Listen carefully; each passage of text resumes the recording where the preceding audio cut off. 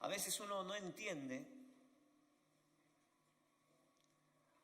por qué hacemos lo que hacemos. Hay mucho eco.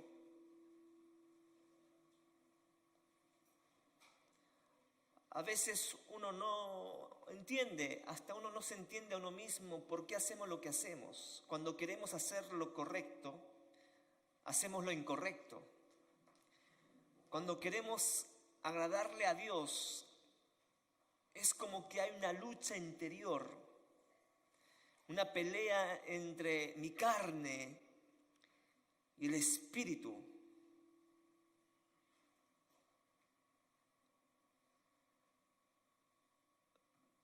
Pensé o creí que a estas alturas he madurado, he crecido,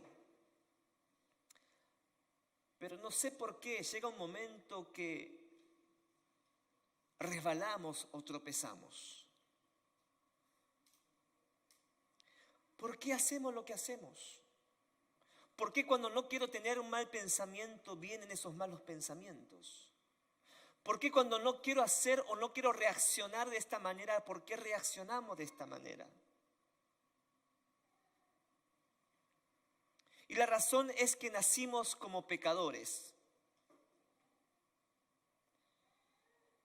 Y dice el salmista en el Salmo 51, versículo 5, pues soy pecador, ¿de cuánto? De nacimiento. Así es, desde el momento que me concibió mi madre, soy un pecador. El pecado de Adán, el primer hombre, y todas las consecuencias de ese pecado cayeron sobre nosotros. Ahora, no estoy tratando de que justifiquemos nuestras faltas por el hecho de que, bueno, nacimos como pecadores y la culpa lo tiene Adán. Así que, bueno, acepto esta realidad, por lo tanto, voy a pecar. No se trata de eso. Claramente la palabra de Dios nos enseña que nosotros tenemos una meta. Y la meta es poner la mirada en Jesús y seguir los pasos de Jesús. Que nuestro carácter se vaya moldeando al carácter de Jesús para parecernos más a Jesús. Entonces nuestra meta es ir a la perfección, no ir para atrás, no ir o descender, sino siempre avanzar para crecer. ¿Cuánto dicen amén? La idea es que poco a poco, cuando uno va conociendo a Jesús, poco a poco cuando uno comienza a experimentar en su presencia, en su palabra y el Espíritu Santo, poco a poco comienzo a desligar con la carne, con el pecado. Es absurdo que una persona que conoce la palabra de Dios, que lleva años en la iglesia, en vez de buscar la santidad, en vez de mejorar su forma de pensar, su forma de accionar o reaccionar o el estilo de vida, vaya en contra. Es absurdo, ¿sí o no? ¿Para qué usted estudia?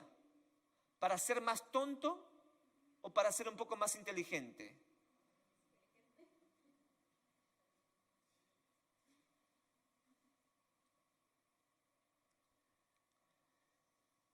Pero lamentablemente ese pecado siempre está en nosotros.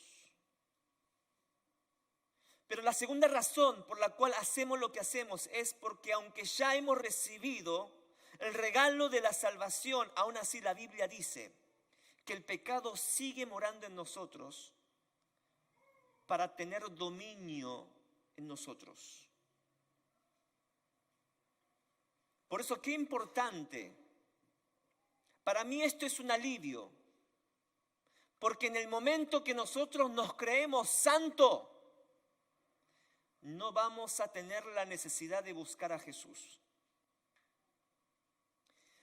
Ahora, entonces, pastor, ¿para qué quiere que nosotros una y otra vez reconozcamos que somos pecadores? ¿Para hacernos sentir mal? No.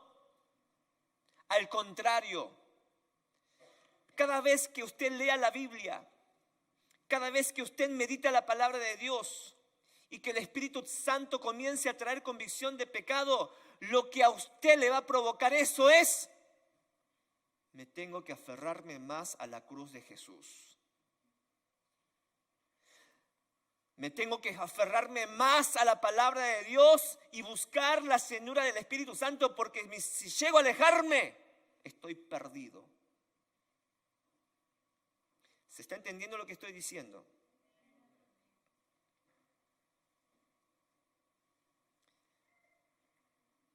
Por eso es importante reconocer este pecado, que soy un pecador, pero también tenemos que trabajar con Dios en buscar la raíz de ese pecado.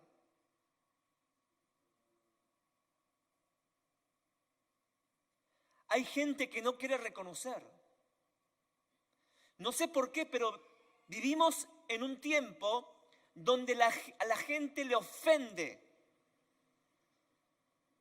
reconocer sus pecados. La gente prefiere escuchar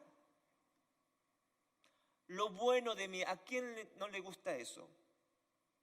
Hay un dicho en coreano que cuando uno aplaude, hasta el delfín se alegra. Cuando uno aplaude al delfín, ¿saben qué hace? Hace piruetas. Obviamente, ¿a quién no le agrada que resalte, que hable bueno de esa persona? Pero si solamente hablamos de las cosas buenas de mí, ignoramos o no reconocemos las cosas o la raíz del problema, el pecado, vamos a tener muchos problemas. Y vamos a pensar, el Señor no está haciendo nada. No es que el Señor no está haciendo nada. Es porque hay una raíz que se debe cortar. Y si uno no reconoce esa raíz, uno simplemente se ofende a la corrección, a la disciplina, a la palabra de Dios. Lamentablemente esa persona no va a crecer. Pero la tercera razón por la cual hacemos lo que hacemos es porque las conductas aprendidas en casa, digan conmigo, en casa. Yo no creo que heredamos los pecados de nuestros padres, porque sería injusto. Pero sí copiamos lo que vemos. Es increíble cómo mi hija se parece a mí. Yo veo a mi hija, especialmente Agustina, es igual que yo. Cuando hace, es igual también. Mi esposa siempre me dice, cuando yo hago así, ¿no? Cosas así, no sé, para reír, ay, te pareces a Agus. Porque nuestros hijos copian lo que hacemos, lo que decimos, nuestras conductas. Todo lo copia. Pero lo siguiente que tiene un gran efecto sobre lo que hacemos son las fortalezas mentales. Digan conmigo, fortalezas mentales. Ay, las fortalezas mentales son los pensamientos conscientes o inconscientes que todos tenemos. Los pensamientos conscientes son aquellas cosas o aquellos pensamientos de los cuales nosotros somos conscientes. Es decir, sabemos y tendemos de pensar de esa manera, no siempre buena, pero pensamos y sabemos. Pero también el problema es que estos pensamientos que están enterrados en el subconsciente, que nosotros no sabemos que están ahí, que por alguna razón la tenemos tan impregnada en nosotros que ni nosotros nos damos cuenta que lo que estamos haciendo está mal. Como que es normal. ¿No le ha pasado eso? Y esto, sin que nosotros nos demos cuenta, estos estas conductas o estos pensamientos que están en el subconsciente, que están impregnados en lo más profundo de nuestro corazón. Sin darnos cuenta nos va controlando. Nuestros comportamientos, esos pensamientos son los frutos de las malas experiencias que hemos vivido. Las traumas, los abusos físicos, verbales o sexuales, las experiencias como el abandono, el divorcio, la infidelidad, la traición, de todas estas experiencias traen como resultado fortalezas mentales de resentimiento, de temor, de inseguridad, de baja autoestima, malicia y desconfianza. ¿No les trae memoria estos recuerdos? ¿Estás de pronto sintiendo temor por todo lo que pasaste en el pasado? Pero también una fortaleza mental es formada cuando le creemos las mentiras del diablo. Mentiras que el diablo siembra en nuestra mente acerca de Dios, de nosotros mismos y con los demás. Ay, parece que Dios no me ama. Parece que Dios no me escucha, parece que Dios me abandonó. O creer que Dios tiene que hacer lo que yo mando. O creer que como Dios es amor, todo se permite. Equivocado. Y cuando esto sucede, lleva un proceso muy largo para renovar nuestra mente. Por esa razón debemos ponernos todos los días la armadura de Dios. Digan conmigo, la armadura de Dios. Y una de las piezas de la armadura de Dios es el cinturón de la verdad. ¿Quién se pusieron los cinturones hoy? ¿No trajeron cinturones? Si no hay cinturón, el pantalón se le puede bajar. El cinturón de la verdad. Pablo habla de esa guerra espiritual que permanentemente tenemos con el enemigo. Y él habla de ciertas cosas de la armadura de Dios, de que debemos ponerlo, que debemos vestirnos como la coraza de la justicia de Dios, el calzado de la paz que proviene de las buenas y nuevas de la predicación, el escudo de la fe para defender las flechas encendidas del diablo. Póngase el casco de la salvación y la espada del Espíritu, la cual es la palabra de Dios. ¡Aleluya! Estamos en constante guerra espiritual. Por lo tanto, si sacas esas armaduras, sea lo que sea, y estás descubierto, te puedo asegurar que vas a caer.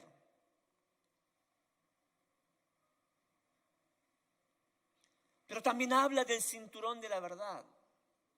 Y eso significa vivir en la verdad y no en los supuestos. No en nuestras perspectivas o en nuestros temores, en los chismes de la gente, amarguras o nuestros sentimientos. La Biblia dice, conocerán la verdad y la verdad les dará libertad. ¿Lo creen? ¿Saben que nuestra mente, esta mente es increíble? Donde más lucha tenemos es la mente. Campo de batalla es donde el enemigo va a usar para tratar de controlarnos, porque el diablo sabe que si puede lograr controlar nuestra mente, va a poder controlar todo nuestro ser. Por un pensamiento negativo. ¿Viste la hermana Tui? Ay, me mira con una cara. ¿Viste? El pastor no me saludó hoy. ¿No? Ay, no sé, le agarró la chiripiorca al pastor que va a predicar. ¿No? ¿Qué mala onda? Hoy yo vine para escuchar, para fortalecer mi fe. De pronto habla del pecado, ¿no?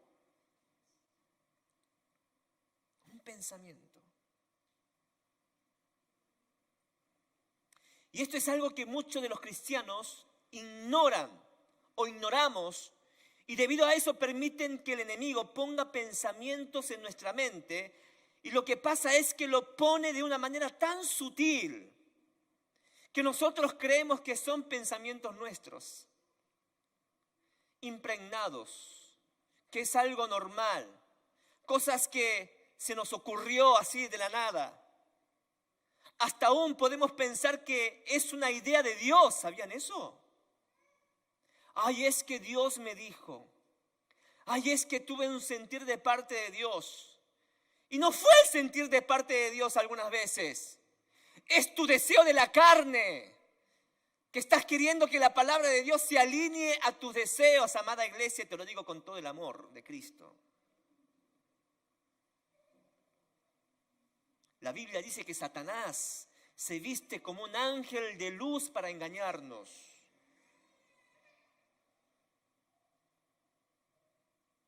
Por eso qué importante estar atentos. Entonces hago una pregunta.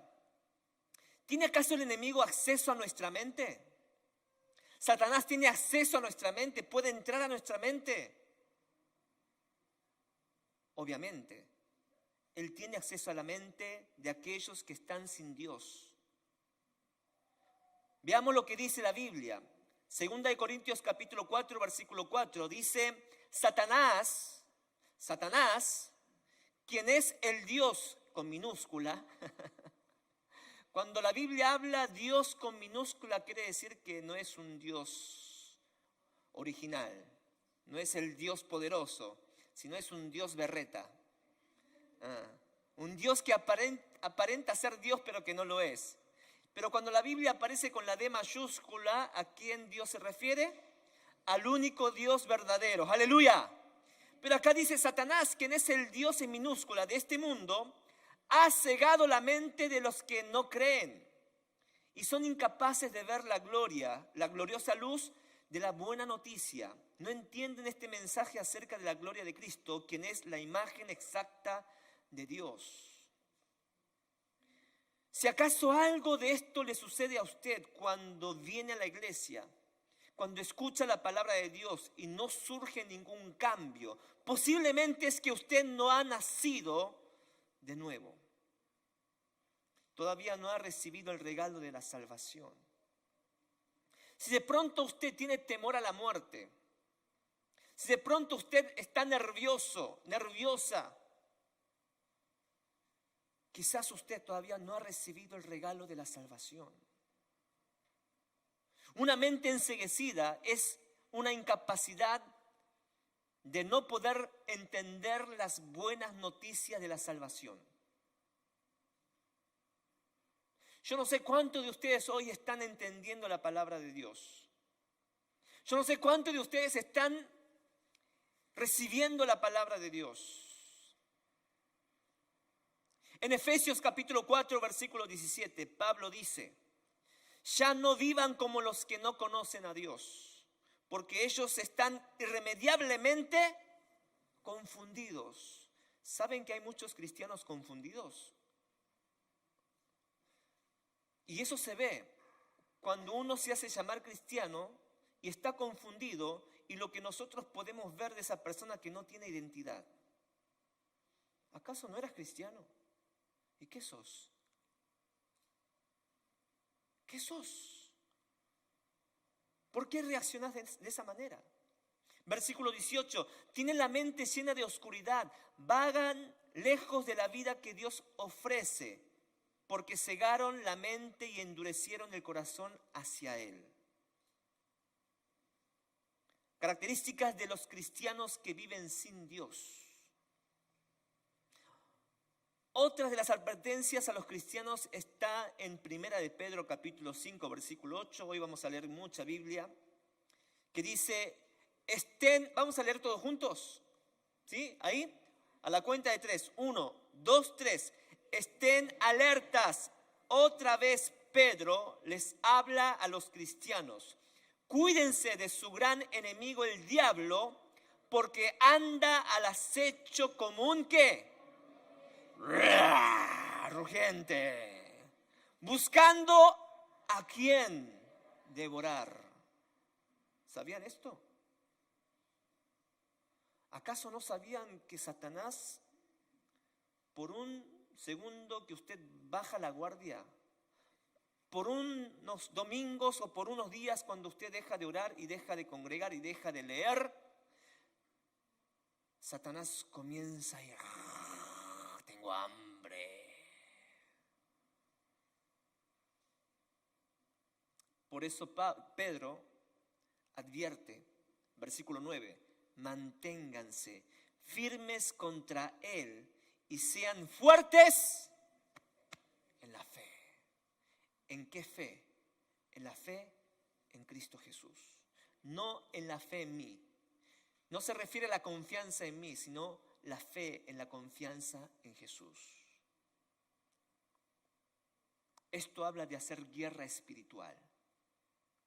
En Romanos capítulo 1, versículo 21 dice, es cierto, ellos conocieron a Dios, pero no quisieron adorarlo como Dios ni darle gracias. En cambio comenzaron a inventar ideas, miren lo que dice, ideas necias sobre Dios. Como resultado, la mente les quedó oscurecida y confusión. Yo les puedo asegurar esto. Aquellas personas que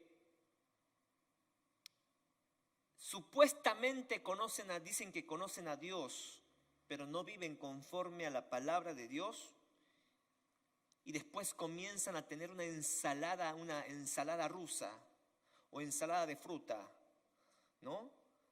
En lo que es el carácter de Cristo. Cuando Dios es santo, cuando Dios es un Dios de orden, comenzamos a mezclar, comenzamos a tolerar el pecado. Comenzamos a decir, bueno, Dios me entiende. Le gusta esta frase, ¿no? Dios me entiende. ¿Cuántos pensaron así? Es que Dios me entiende. Ahora sí, usted cuando es un bebé espiritual, está bien, yo también lo entiendo. Pero ¿hasta cuándo uno va a ser bebé espiritual? Se comienzan a inventar ideas acerca de Dios. Por eso hay tanta secta. Por favor, tengan cuidado con las cosas que ustedes escuchan en YouTube, excepto el canal de la Iglesia Luz del Mundo.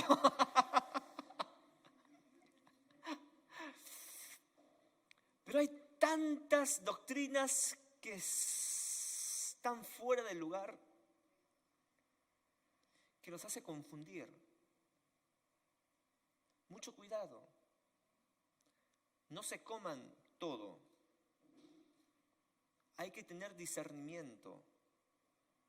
Lea la Biblia. Siempre cuando alguien enseña algo, tiene que ir con fundamentos bíblicos. Porque opinión cualquiera lo puede dar. Yo puedo opinar, yo puedo dar una idea, pero tengo que tener un respaldo bíblico. Amén. Y estas personas andan confundidas.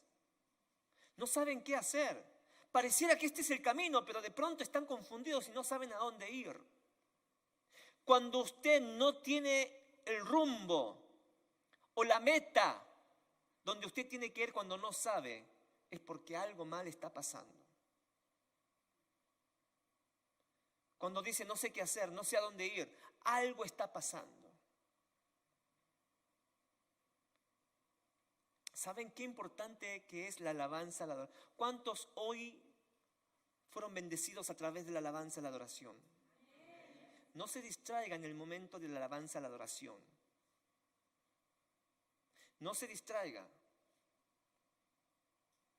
Hay algunos que vienen solo a escuchar la palabra de Dios. A propósito llegan tarde para escuchar solamente la palabra de Dios.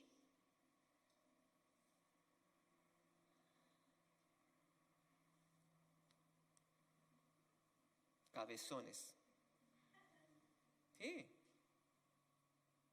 Cabezones. Miren lo que dice en Salmo 100, capítulo 4. Palabra de Dios. Todo lo que estoy diciendo son con fundamentos bíblicos. Dice, entrad por sus puertas ¿con qué? ¿Con desánimo? ¿Con tristeza? ¿Con ira? ¿Con qué? Con acción de gracias. Por sus atrios con alabanza.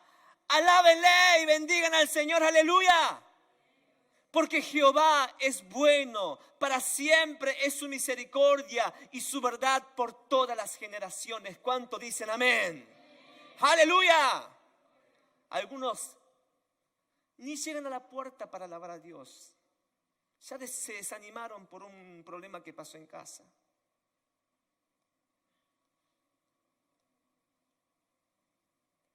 La caída del cristianismo se inicia cuando no alabamos ni adoramos a Dios, cuando no damos gracias, cuando no hay motivos, de pronto no hay motivos para darle gracias a Dios. Cuando no somos conscientes de que su presencia está en este lugar. Dios es omnipresente. Bueno, como no me ve nadie, como no está mi papá, mi mamá. No, ¿quién está ahí cuando está solo? Sé que bueno, estamos a la mañana y suena un poco cochino, pero cuando usted va al baño, ¿quién está? Dios. No crea que Dios no está por el olor, no, Él está. A Él no le afecta. Siempre tenerlo presente, coram Deo. Coram Deo significa delante de Dios. Si yo reconozco que Él está conmigo, delante de Dios, yo estoy delante de Dios, tengo temor y reverencia hacia Él. No voy a pensar o no voy a actuar de la manera que yo quiero, sino siempre comienzo a tenerle temor a Dios. Dice que ellos conocían a Dios. En otras palabras, eran cristianos, pero no quisieron adorar ni darle gracias a Dios. En cambio, comenzaron a inventar ideas necias sobre Dios. Y hoy en día podemos ver que hay cristianos que de repente comienzan a tener un pensamiento absurdo acerca de Dios. No sé de dónde vienen esas ideas, de charlas que no edifican, de YouTube que venimos hablando, del Facebook, que confunden y oscurecen nuestra mente y nuestro corazón. Mire lo que dice, y como resultado, la mente les quedó en oscuridad y confusión.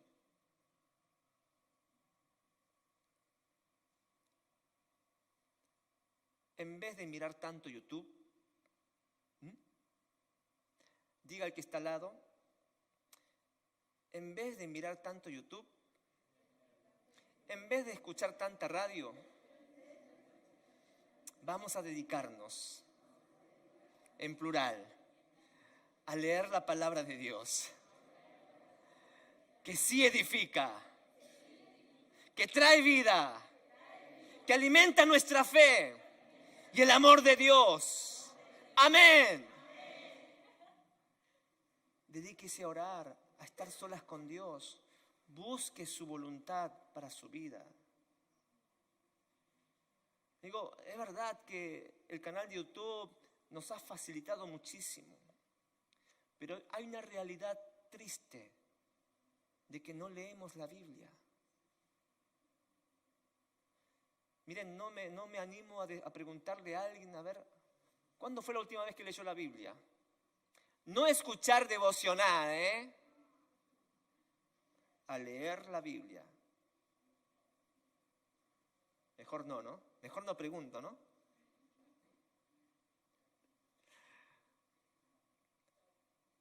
Primera de Pedro, capítulo 2, versículo 2.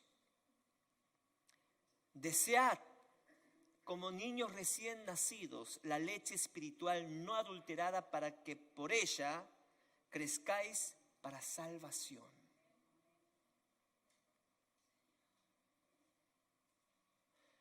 Hay que desear como un niño cuando busca la leche.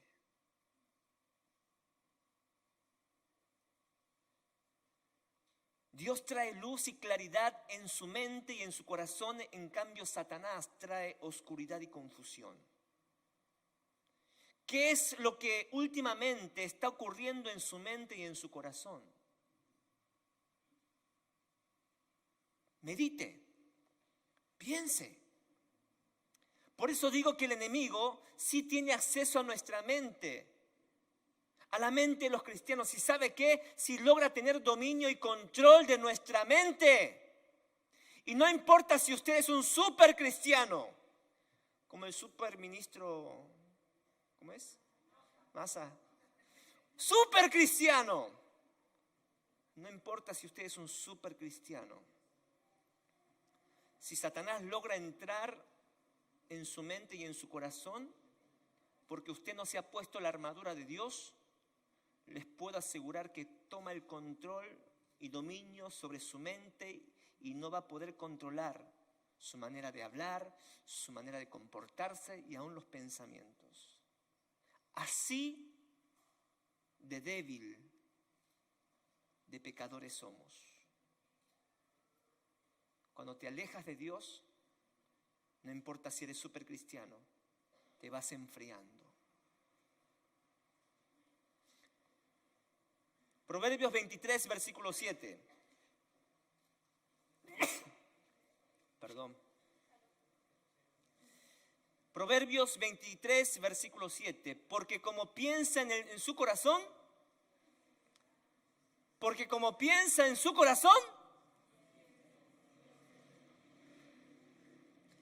ay, ¿por qué se comporta así? Bueno, porque piensa así. Porque piensa así. Nosotros somos lo que pensamos. Nosotros hacemos lo que está en nuestra mente. Nuestros deseos, nuestros gustos, lo que queremos hacer, todo está porque está en nuestra mente. En Romanos 8:5 dice, los que están dominados por la naturaleza pecaminosa piensan en las cosas pecaminosas, pero los que son controlados por el Espíritu Santo piensan en las cosas que agradan al Espíritu. ¡Aleluya! En otras palabras, lo que usted piensa muestra quién lo gobierna a usted. Y no importa si usted me dice, soy cristiano, soy cristiana, soy líder de alabanza, soy líder en la iglesia.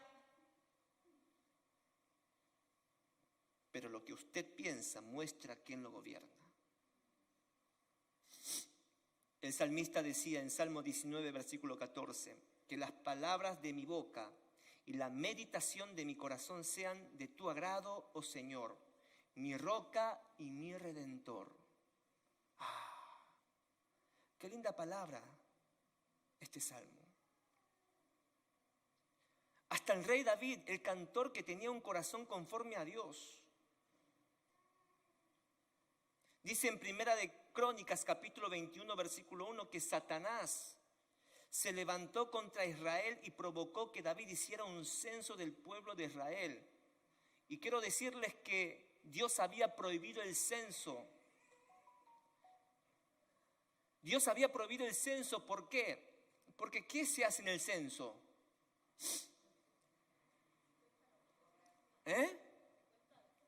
¿Se cuenta qué? Claro, entonces ¿qué pasa? Mirá cómo creció mi reino. Oh, mirá cuánta gente. Esto me parece que lo hice con mi fuerza. Y a Dios no le agradaba. Y el rey David fue advertido. Sin embargo, se dejó llevar.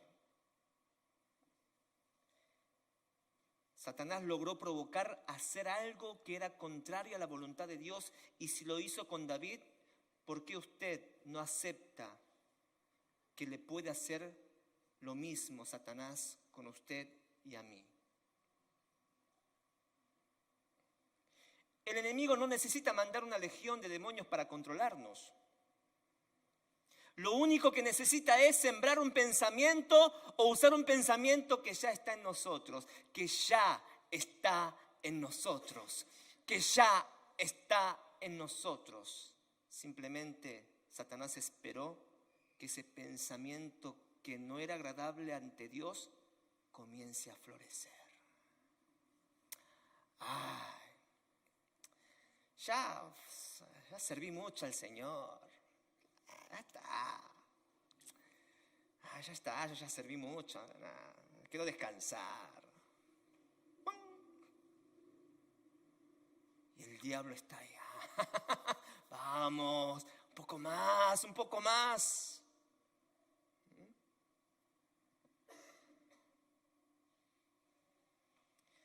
Por eso es de suma importancia identificar esos pensamientos si son de la carne o del espíritu. Dice a algunos que el Señor Jesús está en nuestros corazones. ¿Cuántos dicen amén? Pero el abuelo sigue en nuestros huesos. El abuelo sigue en nuestros huesos. ¿Saben lo que quiero decir? Es que podemos tener a Jesús en nuestro corazón, pero nuestra mente ya fue afectada por el medio en el cual fuimos criados, en esas conductas aprendidas en casa, que fueron creando fortalezas mentales. Por ejemplo, los hijos varones de un padre infiel, violento, piensan que así es como el hombre, el macho de la casa se tiene que comportar. Y así se forma la fortaleza mental. ¿Por qué? Porque crecieron viendo a su papá. Por otro lado, las hijas piensan que todos los hombres son así, son así. Así que todos los hombres son adúlteros, todos los hombres son perros, solo quieren sexo, piensan sexo. Esto es lo que piensan los hijos que crecieron de un padre infiel. Pero eso no es cierto. ¿Es verdad? Hay hombres que son fieles a sus esposas. ¿Cuántos dicen amén? A ver los hombres. Hay hombres que son fieles a sus esposas. Casi ahí más o menos. Ahí pasa algo raro. Hay hombres que son fieles a sus esposas. Todavía acá más fuerte y allá más o menos. Ahí pasa algo, ¿eh? No, son más mujeres. Claro. Perdón, Richard.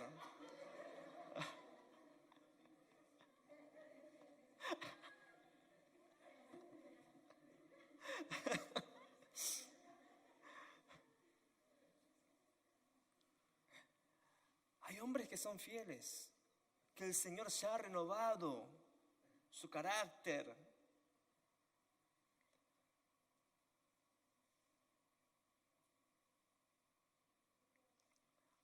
Ahora la buena noticia dice en Ezequiel, capítulo 18, versículo 14. Miren lo que dice. Pero supongamos que ese hijo pecador, a su vez, tiene un hijo que ve la maldad de su padre y decide no llevar esa clase de vida. ¿Cómo? Se preguntarán ustedes. ¿No pagará el hijo por los pecados del padre? No. Porque si el hijo hace lo que es justo y correcto y obedece mis decretos, ese hijo ciertamente ¿qué? Vivirá. Por eso nuestros hijos no heredan los pecados de nuestros padres. Cuando hay un hijo que vivía en un ambiente de oscuridad, de caos, de infidelidad, pero el hijo, la hija dice, no, yo no voy a ser como él. Yo voy a vivir conforme a la palabra de Dios porque me aferro a las promesas de Dios. De ninguna manera voy a vivir así. Voy a cambiar la historia de la generación que generación vino de mis padres. Esa historia la quiero cambiar, no quiero continuar con esa vida. Este hijo pasa de la maldición a la bendición. En segundo lugar, muchas fortalezas mentales fueron formadas porque nuestra tendencia como seres humanos es de generalizar las cosas, ¿no? De generalizar las cosas, no me sale, generalizar las cosas. Y lo quiero ilustrar. Complete la siguiente frase. Todos los hombres son... ¿Vieron?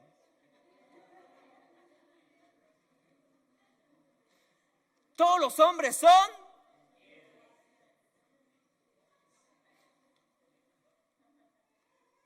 Dígame la verdad, no traten no traten de hacerse los santitos. suelten, dejen que fluya. Claro, porque hay una frase que nosotros decimos que todos los hombres son iguales. Ay, que todos los hombres son iguales. Hasta mi esposa. Ay, todos los hombres son iguales. O sea, me lo dice de una manera cargosa, ¿no? Pero es como que estamos generalizando todo eso. Están tan arraigados en nosotros que creemos que todos los hombres son iguales. A ver otro, las mujeres son princesas.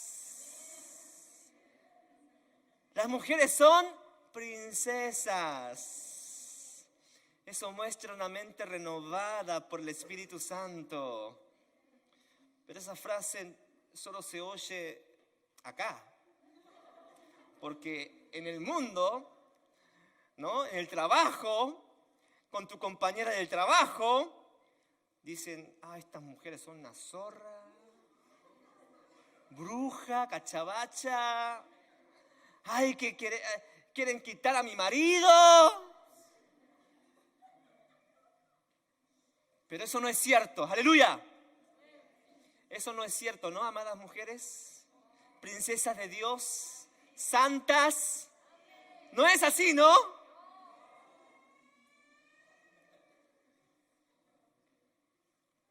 Otro ejemplo es que, pastor, los peruanos somos así, de carácter fuerte, hablar fuerte, ¿no? O Robinson tiene una voz. Es que los bolivianos somos así, somos impuntuales. Es que los coreanos somos así, pali pali, rápido. O sea, son etiquetas que hemos puesto, porque muchas de estas costumbres fueron arraigadas en nosotros de manera generacional. Repitan conmigo, por eso es bueno identificar qué fortalezas mentales tenemos. Otras fortalezas mentales fueron formadas por malas experiencias de la vida. Dicen, a mí la vida me engañó, que no se puede confiar en nadie. Hay personas que les cuesta confiar en alguien, ¿sí?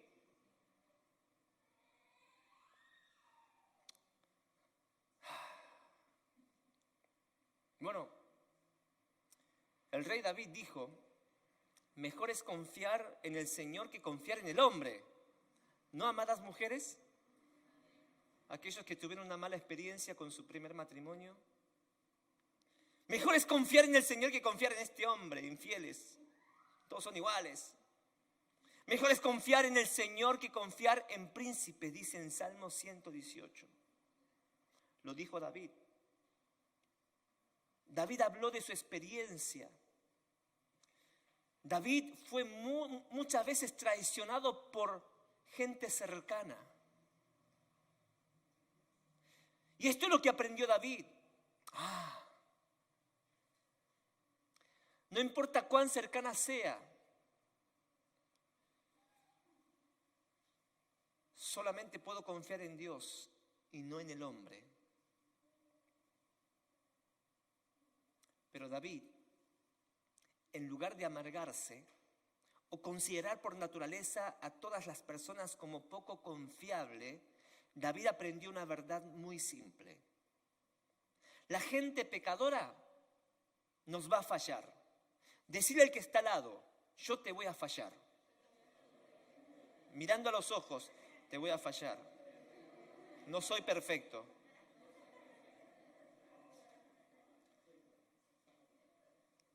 Y seguir decirle, pero siempre podemos confiar en Dios. ¿No le gusta eso? El hijo de David, el rey Salomón, también aprendió muy bien esa lección y añadió diciendo en Proverbios, es mejor confiar en Dios que confiar en nuestra propia inteligencia. aunque en ocasiones otros fallan, aún podemos y debemos confiar en la gente hasta un cierto límite. O sea, esto va a depender. Y quiero que preste mucha atención. Porque la Biblia habla de no confiar en el hombre, sino confiar en Dios. Ahora, esto no quiere decir que nosotros no podemos confiar a nuestros esposos y a nuestras esposas o nuestros seres queridos. Pregunto algo, ¿usted ama a su esposo? ¿Confía en su esposo? ¿No ven? Ahí pasa algo raro. Porque si hay amor, ¿qué hay? Confianza. No pueden vivir juntos cuando no hay amor, tampoco hay confianza. Entonces, ¿qué es lo que está tratando de hablar la Biblia? Lo que la Biblia nos enseña es que el hombre nos va a fallar, la mujer nos va a fallar. Yo les voy a fallar porque soy un ser humano. Pero Dios, quien tiene el control, quien tiene el poder de transformar las vidas. Y cuando yo entrego esta vida en las manos de Dios, sea mi esposo, mi esposa, mis hijos, va a ser Él quien va a transformar a esa persona. Por eso tengo la confianza de que algún día el Señor va a transformar la vida de esa persona. Imagínense, yo como pastor, miren si yo digo, no, yo no confío en ustedes, yo solo confío en Dios, es verdad. Pero por ejemplo, no les doy lugar, no les pido un favor a ustedes para que hagan algo. ¿Qué es eso si no es confianza? Y sé que algunos me fallaron, lo sé. Sin embargo, le vuelvo a pedir otra vez el favor. ¿Por qué? No porque yo confíe en esa persona, sino porque yo sé que Dios puede cambiar a esa persona. ¿Se entiende lo que estoy diciendo? Ahora, ojo con esto, entonces, pastor, si alguien me pide plata y me dice, después te lo cancelo, y no me cancelo, y me vuelve a pedir la cara dura, ¿vuelvo a prestarle? ¿Sí o no? O sea, hay un cierto límite en la confianza. Miren, la confianza se le brinda siempre y cuando esa persona está arrepentida. Pero a aquel que no está arrepentida no se le puede dar esa confianza.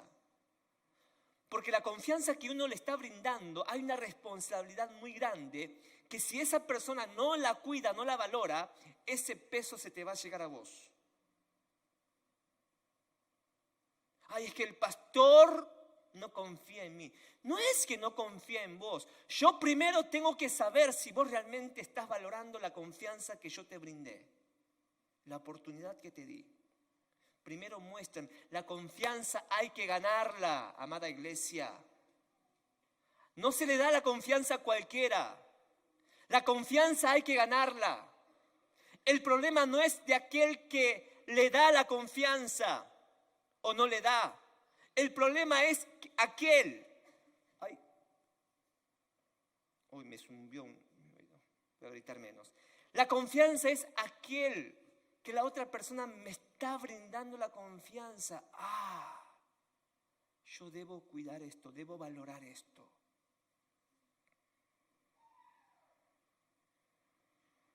¿Saben cuántas personas les he dado la oportunidad y entienden mal esta confianza? Creen que el pastor no tiene amor. No es así. Primero, hay que haber un arrepentimiento. Miren, la palabra de Dios dice que cuando Pedro le pregunta, Señor, ¿cuántas veces le tenemos que perdonar? ¿Cuántas veces? 7 veces. ¿Más cuánto? Más 70. ¿Y qué significa eso? Que siempre debemos perdonar, ¿no? Pero claramente dice, si la persona viene y se arrepiente y te pide perdón, perdónalo. No así nomás, perdóname, sin haber arrepentido, perdón. No. ¿Se está entendiendo? ¿Se entiende la diferencia? Por eso confiar y amar a los demás es casi inseparable. La verdadera intimidad solo se puede lograr a través de la honestidad y la confianza.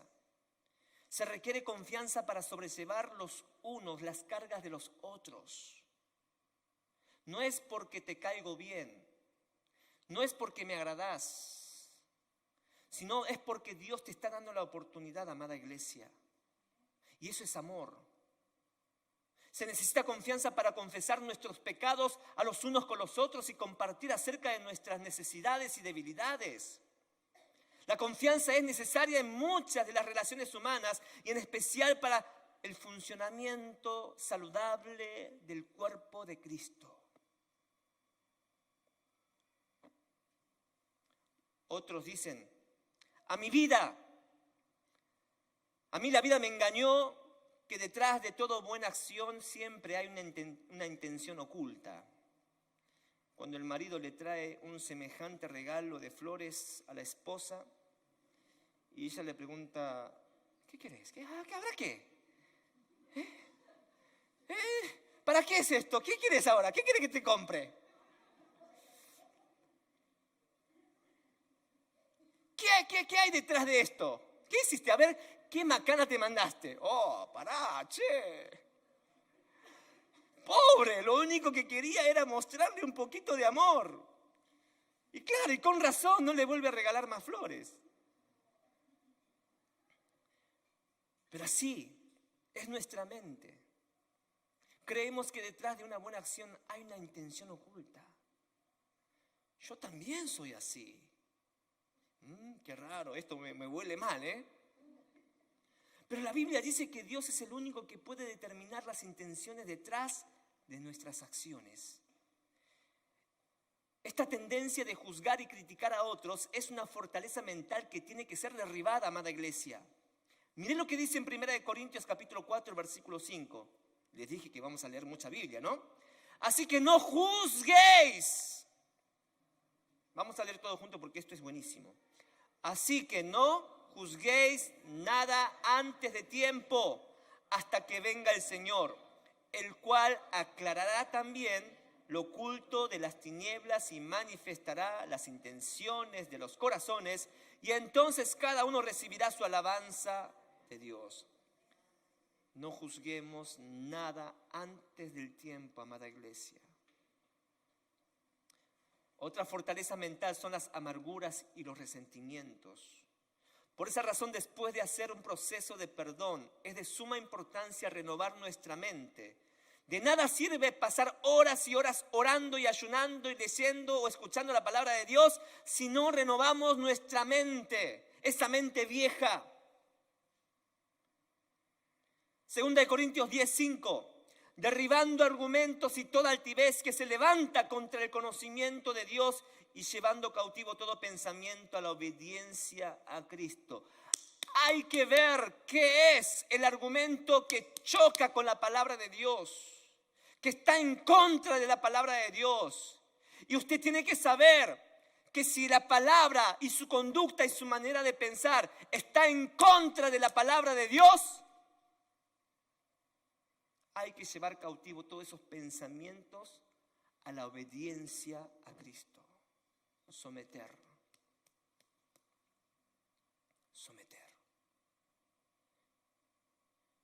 ¿Qué argumentos tenemos nosotros en contra de Dios? ¿Tenemos argumentos contra otras personas? Uy, esa persona es una amenaza. Cuando llega a la iglesia, lo vemos como una amenaza. Cuando llega a entrar un homosexual,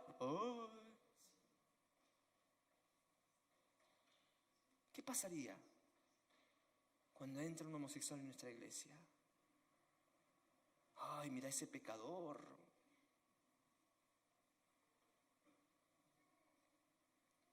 En lugar de verlo como complemento, como una bendición que Dios trajo a nuestras vidas porque Dios quiere transformar la vida de esa persona.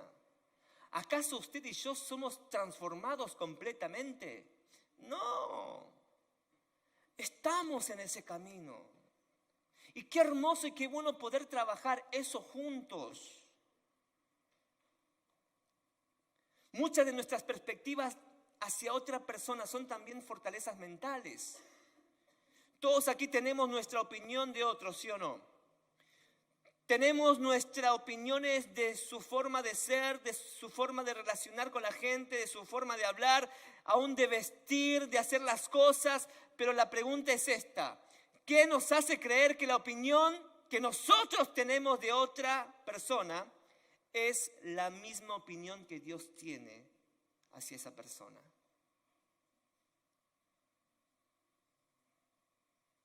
Yo te puedo asegurar que la opinión que Dios tiene con esa persona y con lo que yo tengo es totalmente diferente.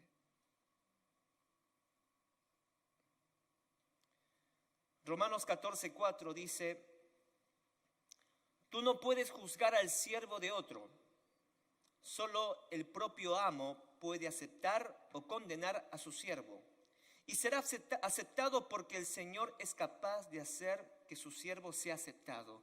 Lo voy a leer en la traducción lenguaje actual, que dice: ustedes no tienen derecho de criticar al esclavo de otro. Es el dueño del esclavo quien decide si su siervo trabaja bien o no. Así también Dios es el único que tiene poder para ayudar a cada uno a cumplir bien su trabajo.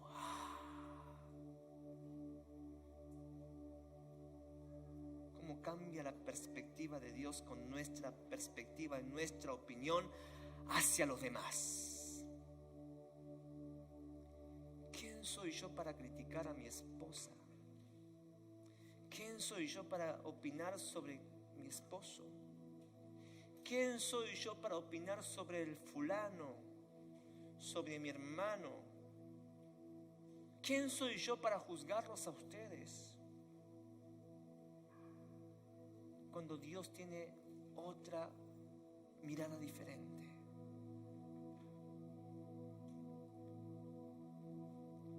Por eso muchas veces nuestras opiniones pueden ser erróneas. Y cuando leía Juan capítulo 13 me sorprendió lo que hizo Jesús. Miren, Judas el traidor, fue elegido personalmente por Jesús para que fuera un apóstol de los 12 discípulos. ¿Acaso Jesús no sabía que él lo iba a traicionar? ¿No les parece esto interesante?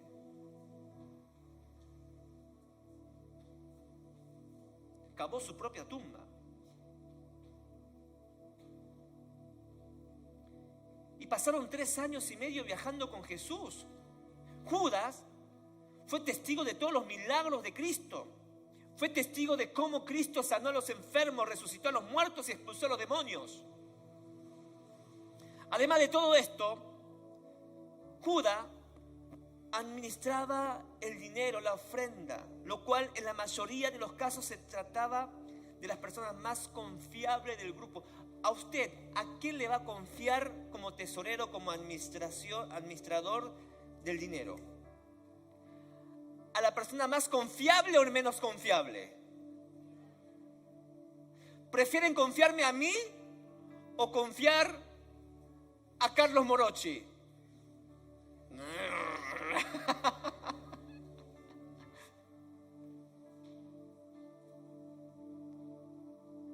Pero Jesús le confió a Judas.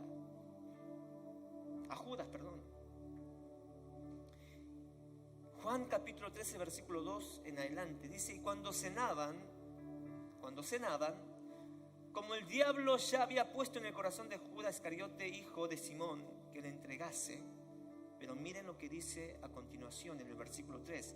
Jesús sabía que el Padre le había dado autoridad sobre todas las cosas y que había venido de Dios y regresaría a Dios. Así que se levantó de la mesa, se quitó el manto, se ató una toalla a la cintura y echó agua en una palangana, luego comenzó a lavarle los pies a los discípulos y secárselos con la toalla que tenía en la cintura. Para mí esto es impresionante. Es algo que humanamente no puedo explicar. Humanamente. Encima le lava los pies a este traidor.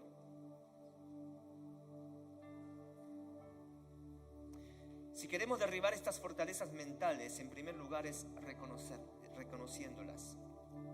Reconocer. Segundo es renovar la mente con la palabra de Dios, que es lo único que renueva nuestra manera de pensar. Tercero es permitirle a Dios que nos transforme. Romanos 12:2. Más bien dejen que Dios los transforme en personas nuevas al cambiarles ¿qué? Hay un problema con nuestra manera de pensar. Y quiero, con todo respeto y con todo amor, por favor, basta de que mi cultura es así. Yo vengo así, vengo de estas costumbres. Nosotros vivimos y aprendemos la cultura del reino de Dios. Amén.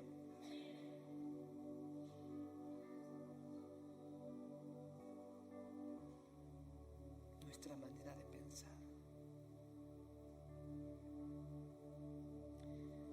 Entonces aprenderán a conocer la voluntad de Dios para ustedes, la cual es buena, agradable y perfecta. ¿No les parece bien?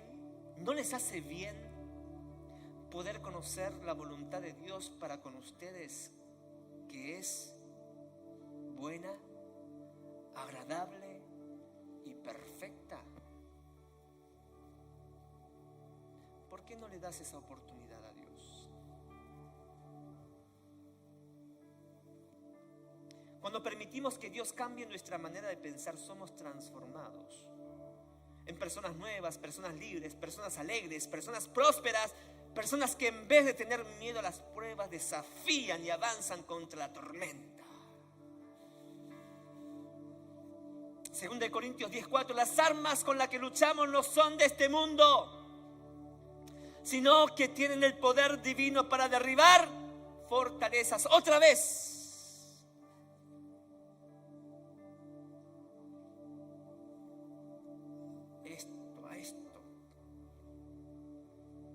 Esto es el problema.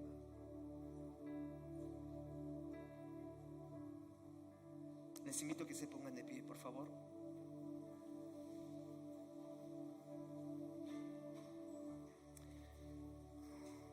El apóstol Pablo en los devocionales habló mucho de esto. La iglesia de Corintios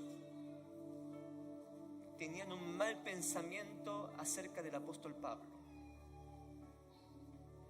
Se dejaron influenciar por los falsos maestros, por aquellos que criticaban al apóstol Pablo. Siendo Pablo un apóstol, un hombre de Dios, un hombre influyente. Pero es increíble cómo el diablo entra tan fácilmente en nuestra mente. ¿Saben por qué? Porque creemos que como nadie nos ve, nadie sabe lo que pensamos, nos damos el lujo de pensar lo que se nos da la gana. Ese es el problema. Aparentamos otra cosa, pero pensamos otra cosa.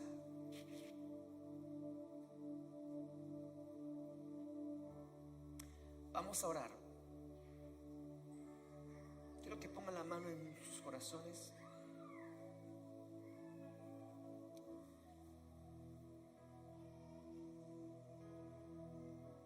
Señor,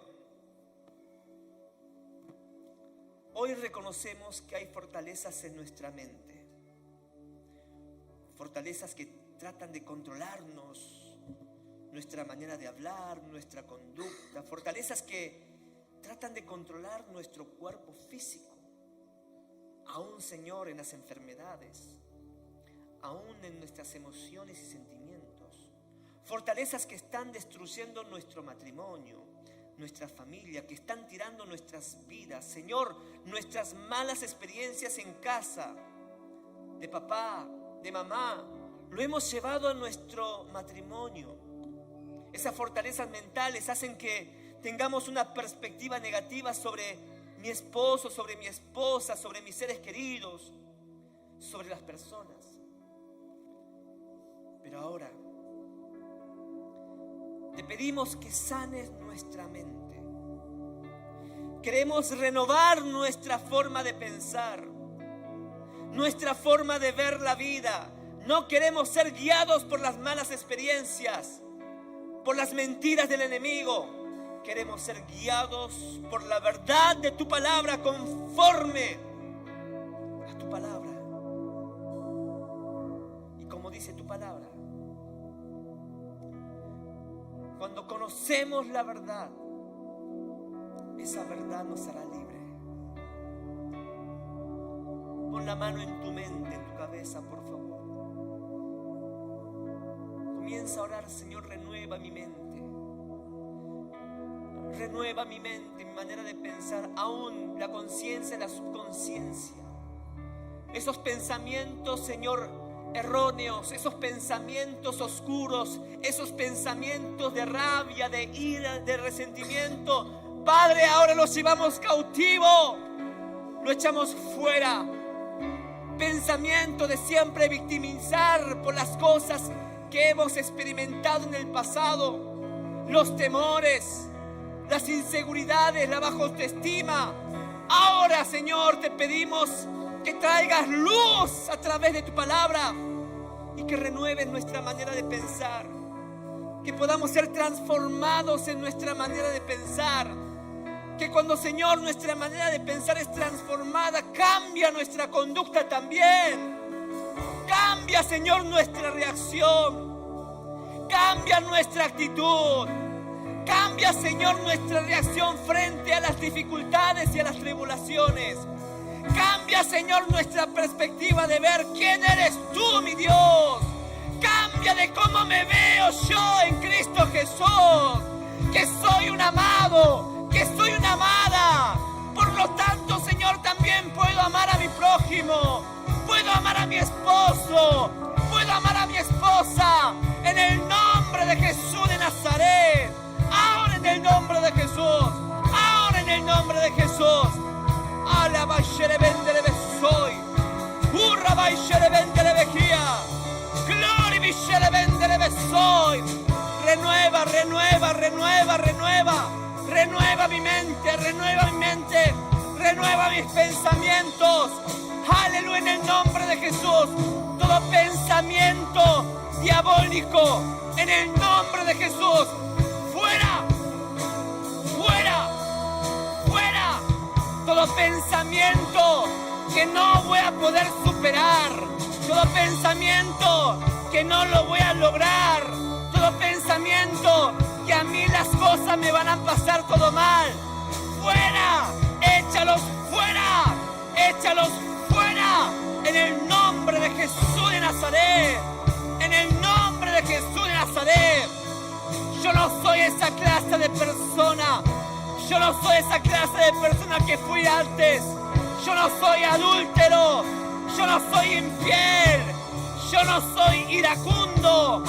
Yo no soy mentiroso. Yo no soy esa persona que me dijeron que era. Yo soy un hijo de Dios. Yo soy una hija de Dios. Tengo una nueva identidad. Aleluya, en Cristo Jesús. En el nombre de Jesús. En el nombre de Jesús. Lleva, Señor, todo pensamiento cautivo. Lleva todo pensamiento que no viene de ti, Padre. Todo pensamiento, Señor, que va en contra de tu palabra.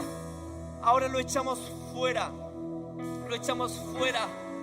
Esos pensamientos que vienen atacando cuando estamos solos. esos sentimientos y emociones que vienen cuando estamos solos, esos pensamientos cuando vienen, cuando nos sentimos miedo, Señor, lo echamos fuera. Ese pensamiento que no puedo hacer nada, que estoy destinado a ser fracasado, Señor, esos pensamientos que Satanás ha sembrado en nosotros, lo echamos fuera en el nombre de Jesús.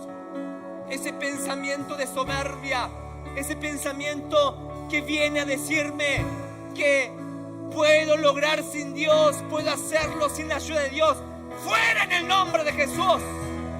Fuera, échalo fuera. Usted la tiene que echar. Usted tiene que cancelarlo en el nombre de Jesús. En el nombre de Jesús. En el nombre de Jesús. Todo sentimiento de tristeza, todo sentimiento de depresión, de muerte, ahora en el nombre de Jesús lo echo fuera. Hay algunas personas que han tenido pesadillas, traumas, que han tenido ataques a través de un sueño, y eso provocó en usted temor y miedo. Ahora en el nombre de Jesús comienza a declarar: yo rechazo esos sueños que me están provocando miedo en mi corazón.